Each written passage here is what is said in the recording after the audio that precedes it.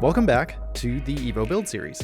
In the last episode, we took my 2006 Evo 9, Lana, to RS Motors in Minnesota, where Ronnie and Paul got to work installing the vast array of parts that MA Performance had helped supply us with for the build. Only after we had removed the head and part of the drivetrain did we realize the full extent of the frame damage my salvage title Evo has been dealing with for the past 5 years. So we decided to fix it, and the engine came out to facilitate the most accurate frame pulling possible. And unless we want to go over schedule, the build will have to finish today, which means the time crunch is very real.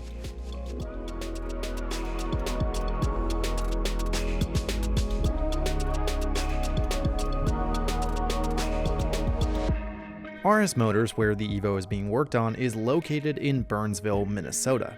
Inconveniently for my wallet, the shop is only about 30 minutes from MA Performance, the massive aftermarket parts vendor who is sponsoring this series. Ben and I swung by their shop early in the morning for a quick tour, and while we were there, I couldn't resist picking up a few extra parts. Okay, so day 2 of the build. I decided since we have the engine out, the head's off, might as well do a couple more mods. So we've got some GSC S2 camshafts. These are like the stage 2 kind of. They make an S1 which is more mild. These are more popular I know on Evo 8s because they don't have the variable valve timing. And we also have some valve springs to go with them. So what this is gonna allow is basically right now, since I'm on stock turbo and I'm not running that much boost, it's not gonna really make that much more power than if we just stayed stock cam, which is why it was kind of a spur of the moment decision. But if we can install them now, that means that later, if I go big turbo, then boop, more power. Because of the MyVec variable valve timing system on the Evo 9, Ronnie had advised me that going to more aggressive camshafts really wouldn't have much of an effect, as long as I continued to use the stock turbo. But since Paul already has the head all apart and a bigger turbo will probably be in the cards in the future, it seems like a good time to get it done. The thicker spring obviously is going to have more force to compress, so it's not going to float a valve with an aftermarket cam. Higher RPMs, the spring is going to have not enough tension and it's going to float a valve. That's when you have things go wrong at that time. So. While Paul works installing the Beehive valve springs and S2 camshafts, Ronnie begins stripping down the engine and removing the transmission from the block.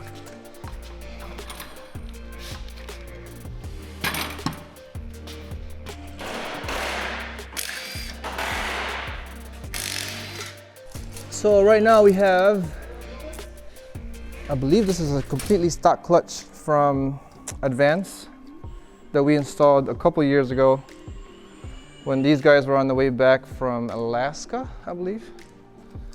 Surprisingly, it's in really good shape. Been to a few track days. Same brand as the upgrade, but this is a stock replacement one. Really good shape. And we're switching to, they call this the stage 4 XZD clutch. The stage 4 comes with its own flywheel, 2 clutch discs, a sandwich plate, and then a pressure plate. Awesome for launches, for track days, up to maybe 550 horse, 600. The best clutch there is for an Evo. If you got one, get one.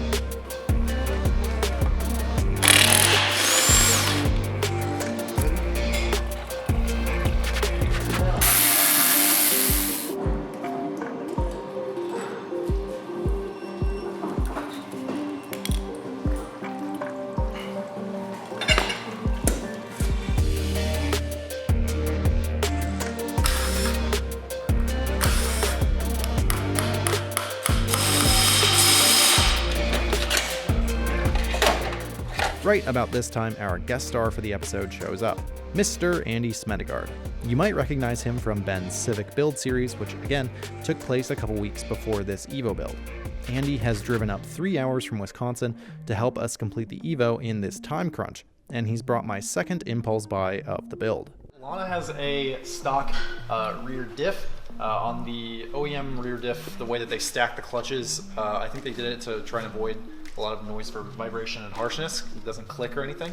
but also doesn't lock up very much on power, so you don't get a lot of power oversteer. What a lot of people do is, what, just restack the discs? You can do a simple restack, yeah, where you just take out all the clutch discs and stack them in the right order, so you'll have a little more friction. That'll help a little bit. I don't think it's a very significant difference, but it's kind of a free mod, I guess, right? You don't really have to replace anything, so it's worthwhile doing if you have it apart. Also, what I was going to do was just get a new 12-plate clutch disc kit. Yep, they sell just the, I think it was a Weir sells a 12-plate kit, so you basically take out all the stock clutches and replace it with their clutch discs. But I couldn't get any. So, since we couldn't get plates to put in my diff, Andy very kindly decided to trade me for his fully built TRE diff. Yep, that was a diff it was our kind of our backup diff we use on our A-chassis Time Attack Evo, but it's a fully, basically everything TRE offers in that diff. Yeah. So 12 plate, it's got his billet LSD cover. I think he shot peened all the gears. You might get some clicking around corners and stuff, and if that annoys you, you could add some limited slip friction modifier to quiet that up, but it's very treatable. It's going to do more than what people think. Everyone thinks that is just going to give the rear end more grip. It actually does kind of the opposite. It gives the front end more grip because you're reducing the amount of slip to the rear wheels. Yeah. So power is always going to go the path of least resistance. So if you can resist the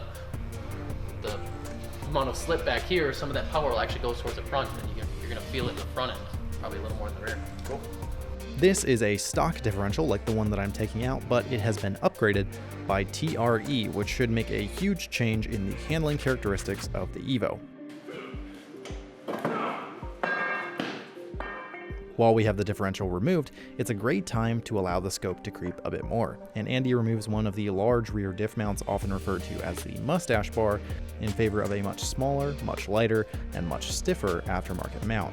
This mount requires drilling through the rear subframe, but for a car that will be seeing as many hard shifts as this one, it's well worth it. We got the engine off here on its own stand, all taken apart. Putting an oil pump on. Trans laying over here. Empty engine bay there. We got Ben over here. Ben is still putting this rotor together. Oh my god! I haven't worked on this since yesterday. Since the block is out of the car and the new valve springs in the head will allow for a higher red line, now is a great time to ensure that oil will circulate through the engine consistently for all of those red line shifts. We're replacing the oil pump with a brand new OEM unit since this engine has almost 130,000 miles on it. Critical tasks like these are exactly why I am so grateful to have Ron, who's disassembled a million 4G63s by now, working on the car. Knowing what you're doing is one thing, having done it 100 times before is another.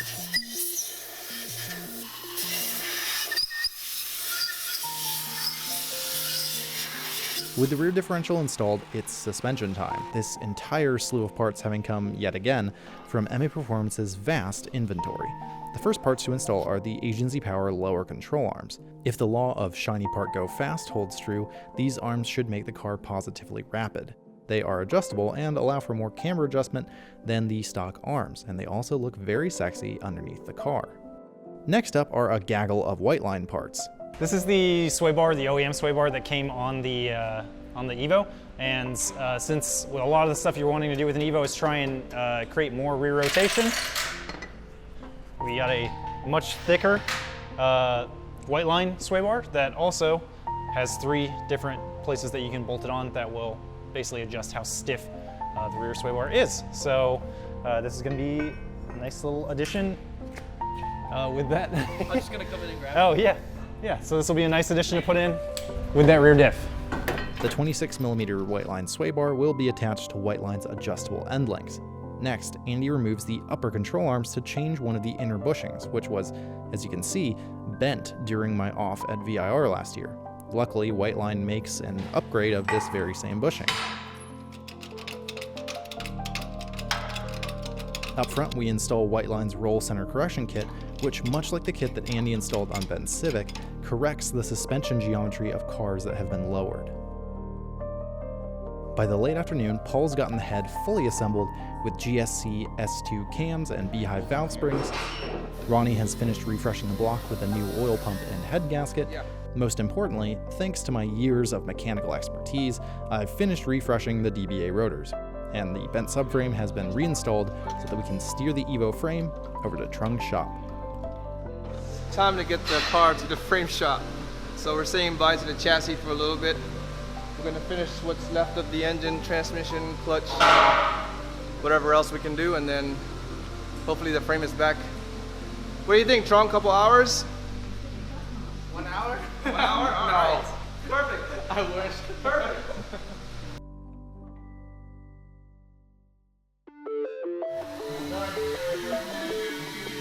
We pushed the frame over to Trung's shop, JB Auto Repair, located literally right next door to RS Motors. I've never met Trung before, but Ronnie seems to trust him to do good work, and I'm pretty limited on options in this tight window of time.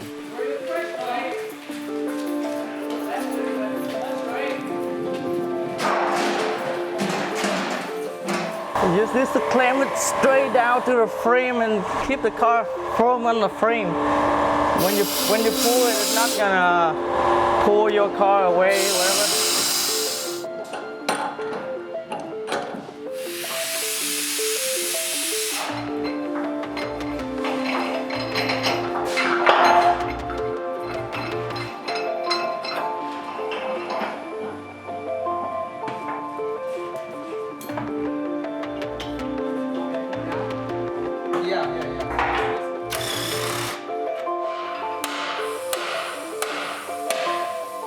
Trung's yardstick here is going to be the straight subframe that Ronnie had on his shelf. If that subframe can fit, that means that he's pulled the frame enough. In order to exert the amount of force needed to mold the frame back into shape, Trung is going to be using a frame machine. These massive posts and chains will slowly pull the bent portion of the frame millimeter by millimeter until the job is done. Also, a quick side note, don't worry about commenting on the rust in the engine bay. I can unfortunately see it too. Well, I would have loved to have time to sand and clean up the engine bay much like Ben did on his Civic, but unfortunately the time frame for this build is barely long enough to get the work we planned done. Cleaning up rust will have to wait until I can get the car home.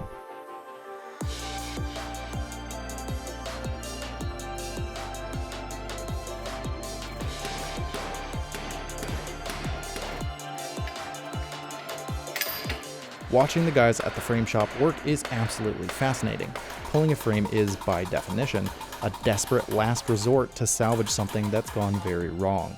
The process simultaneously requires both finesse and blunt force. Sometimes the hooks will slip off the frame, and the immense torque has to go somewhere. Yep. Meanwhile, the freshly resurfaced head has been installed on the block with a new head gasket along with the fresh ARP head studs. The tougher studs will resist stretching and prevent the head from lifting from the block once we start running a lot more boost pressure. That won't be a concern at this stage in the build, but like the cams and valve springs, it's nice to make these modifications now while everything is disassembled.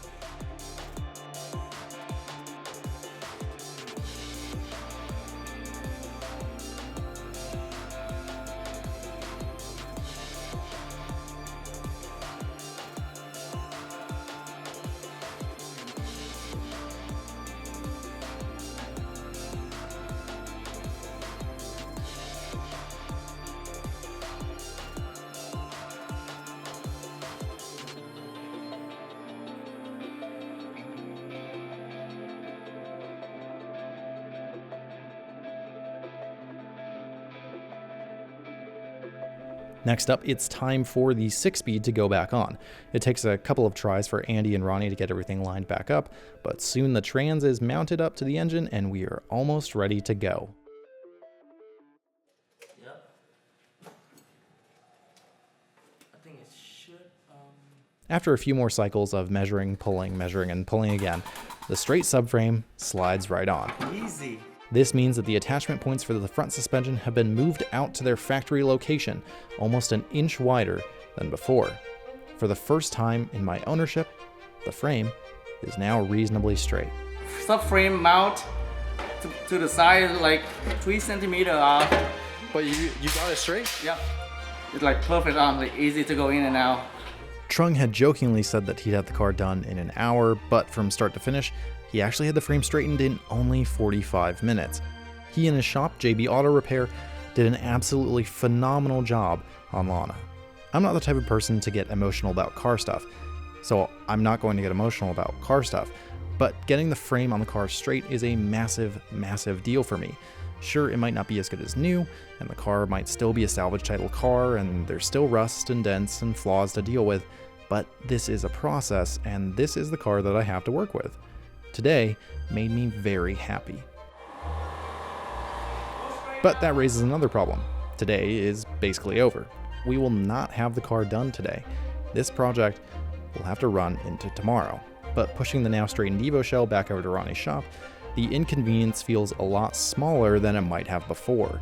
What started as a small refresh that I worried wouldn't be ambitious enough to warrant its own YouTube series has developed into a race against time to fundamentally alter and improve the best car I've ever owned.